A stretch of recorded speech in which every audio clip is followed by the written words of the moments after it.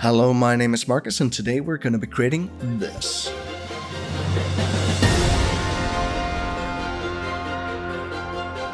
Okay, so here we have this cheesy text doing absolutely nothing. So let's start by selecting these layers and Ctrl-Shift-C to pre-comp. Add a text, there we go. And now let's start applying the dissolve effects to make this thing more sexy. So start by adding a fractal noise here. Double click on that bad boy. Let's just increase the contrast, something drastic, so it really gets these nice hard edges. I'm gonna decrease the complexity down to maybe 3. Yeah, that's good. Maybe the contrast a little bit more, something like this. And just increase the brightness all the way up. There we go. So at about second 3 or 4, something like this, we'll start to dissolve. So make a keyframe on brightness. And all the way over to maybe second 8, we just decrease the brightness all the way down until it's completely black. Now see a little bit of an edge around the text here. We don't want that. And that's because the text is originally white. So we can maybe just tint it here. It's probably a little bit easier. So choose tint in the effects here. Tint, there we go. Double click and set it right before the fractal noise and make it completely black. There we go. So see, now there's no edge whatsoever. It's just black text. Now we still want this to actually dissolve. Right now the black is still visible. So we're going to apply an effect called unmult. There we go. From knoll. This one is free, and I can link to it in the description so you can get a hold of it. So see, now whenever it's black, it just makes it completely invisible. That's quite nice. So see, that's the first part here. So second, I'm going to press EU to bring up the keyframe so I know what this is happening. Now let's start applying some other effects. Next is roughen edges. You want to rough it up. Double click on this thing. So see, let's start with playing around with this thing. So edge sharpness, let's bring this up to 3, something quite high, scale down to maybe 40 or 50, that's probably too much, 60, something like this. And now just decrease the border all the way down so it doesn't affect it, keyframe it, go over into the last frame and just increase it to like 30 or something. So over time it actually starts to erode. Next effect is turbulent displacement. You probably guessed that. Double click on that bad boy. So same concept, go to the end, maybe set it to 100 in amount, keyframe it, go to the beginning and set it to 0. So we get this nice woof as it dissolves.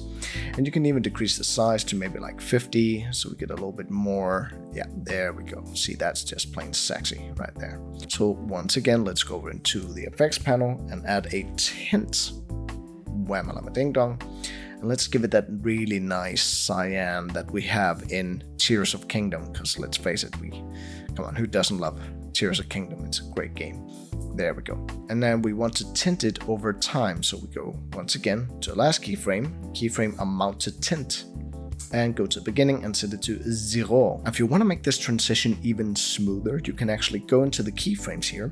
I'm going to press Ctrl-Shift-K to bring up keyframe velocity.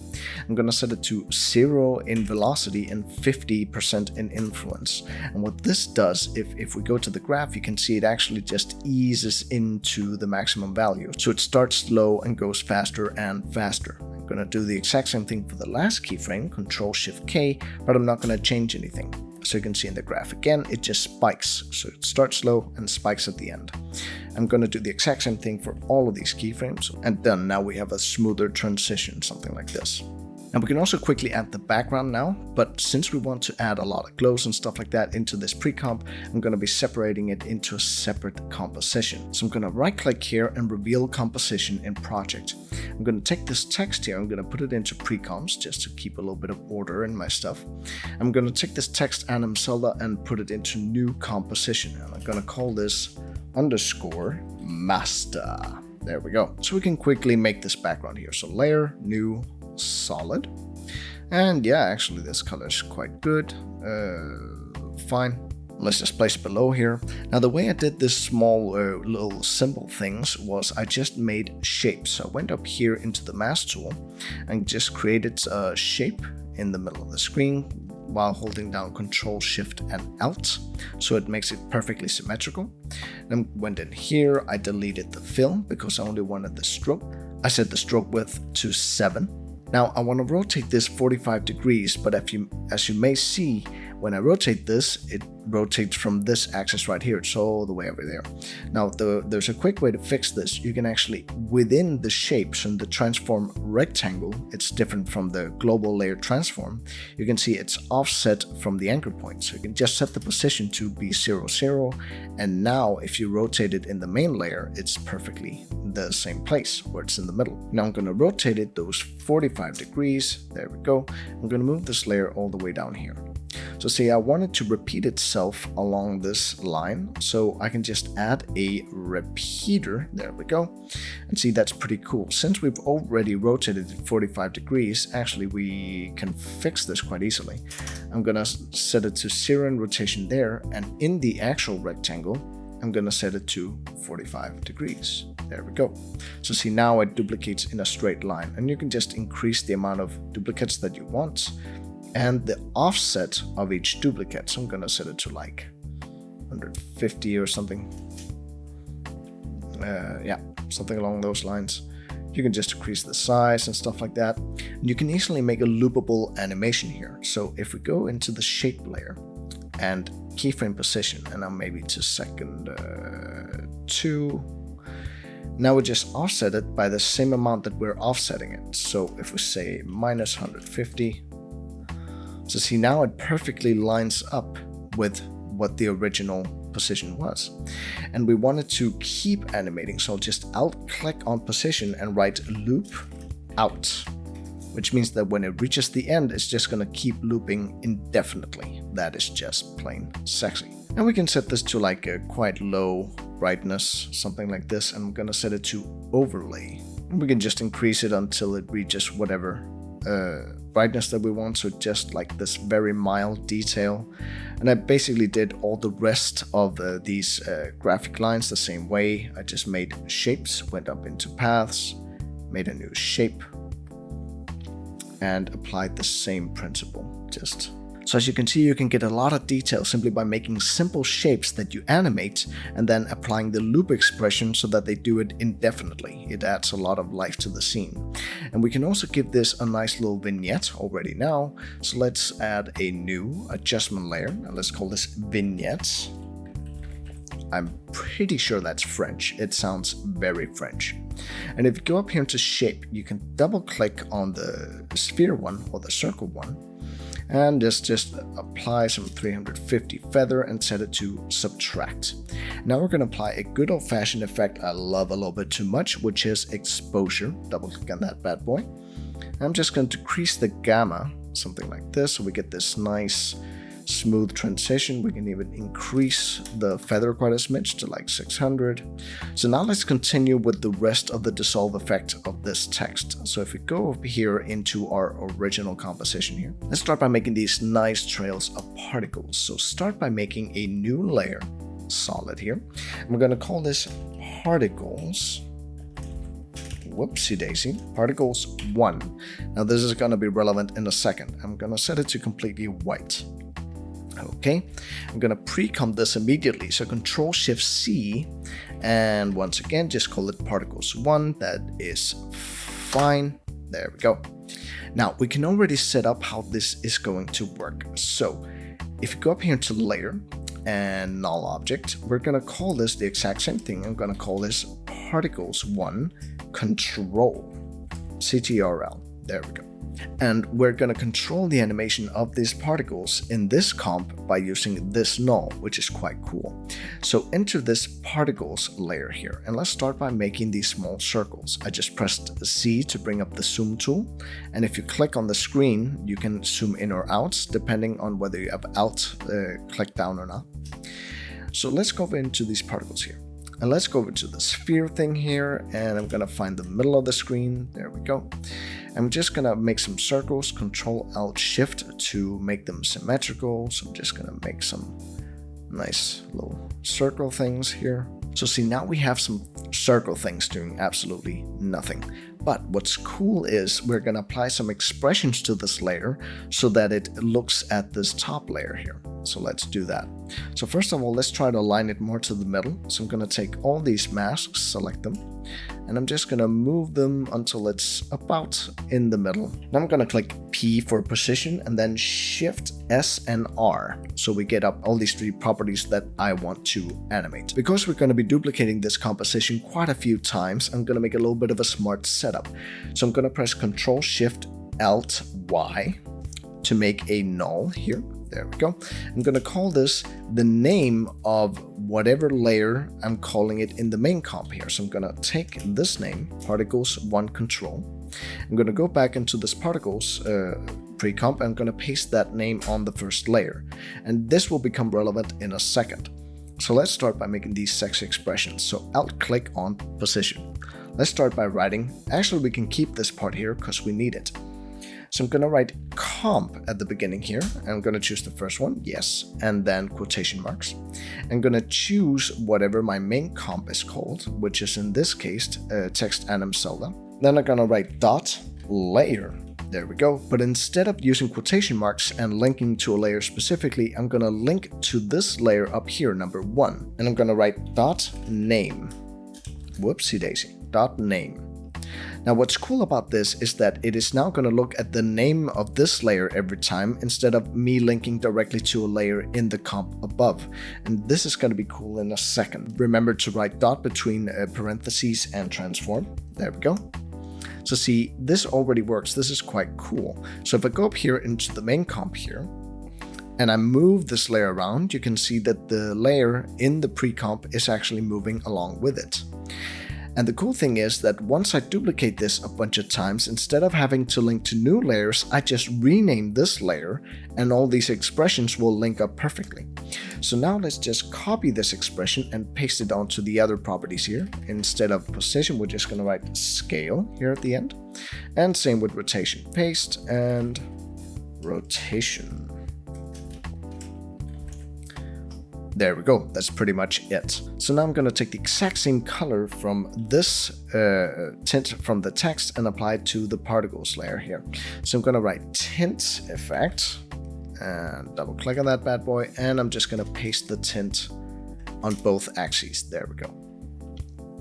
So now we can start animating this particles control here. So position, scale, and rotation, let's bring that up. And let's just go over here and just animate it out of the frame, something like this. And you can take these small handles and just animate them so we get these nice curvy paths. I mean, come on, who doesn't like curvy paths? And we can even give it a little bit of easing, 0 to 30.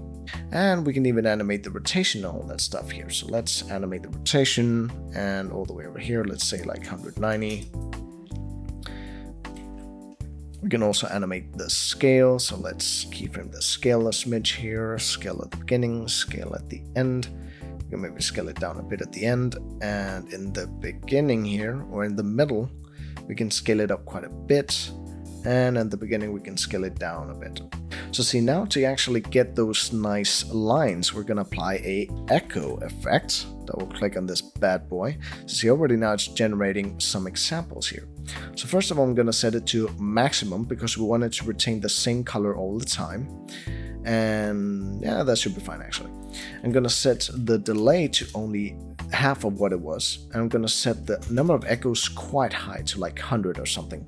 So see, already now we get some really nice curvy lines doing some nice sexiness thing here going on here.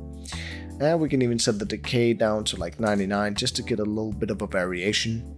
And let's apply some roughen edges, because we do have some like graphic edges in Tears of the Kingdom. So let's apply some edge sharpness here. Let's bring it up to 3. Let's bring down the border quite a smidge, maybe the scale down to like 50 or 60. Actually, let's decrease the edge sharpness instead. And let's just play around with this border. Now, if we wanted to start even thinner, these lines here, you can just go into the particles here. And here at the beginning, we can actually animate the mask property. So press M twice to bring up all the mask and their properties. select the masks, and I'm just going to keyframe expansion. And then I'm going to go to the beginning. I'm going to set it. I'm just going to zoom in here so I can see what I'm doing.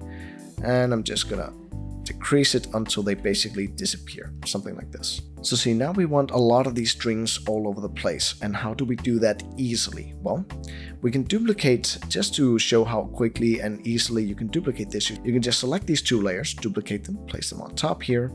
And the thing is, it's still referencing the exact same composition, which we don't want. We want it to reference this new knoll so that it follows this position instead of this one. So I'm going to right click on this bad boy here, reveal layer source. And let's place this stuff a little bit more practically here. So let's put this into pre-comps and pre-comps. So I'm going to duplicate this particles 1, just leave it at 2, that's perfect. I'm going to hold Alt button down, I'm going to take it all the way down and replace it. So see, now it's called particles 2. So see, now we just have to rename this controller to 2. And now if we enter these particles, and as you can see, it's referring to this top layer here, we can just change the name of this one to be 2. And now it's referring to this new layer made in this composition. So I'm just gonna take this lines and place it all the way over here, do something like this. And wham-a-lama ding-dong, it is now following this layer instead of the other one. So you can quickly make a bunch of these layers all over the place. And we can even add some nice glow to the scene here. So layer, new, adjustment layer, and let's apply some glow, baby. There we go. So I'm gonna go over here and I'm gonna choose some glow. And we want it to be the same color as before, so we can just copy this color, copy. And go into glow and just paste it in the A and B colors. I'm going to set it to A and B colors, and instead of add, I'm going to set it to normal, which means that it won't have any blend mode.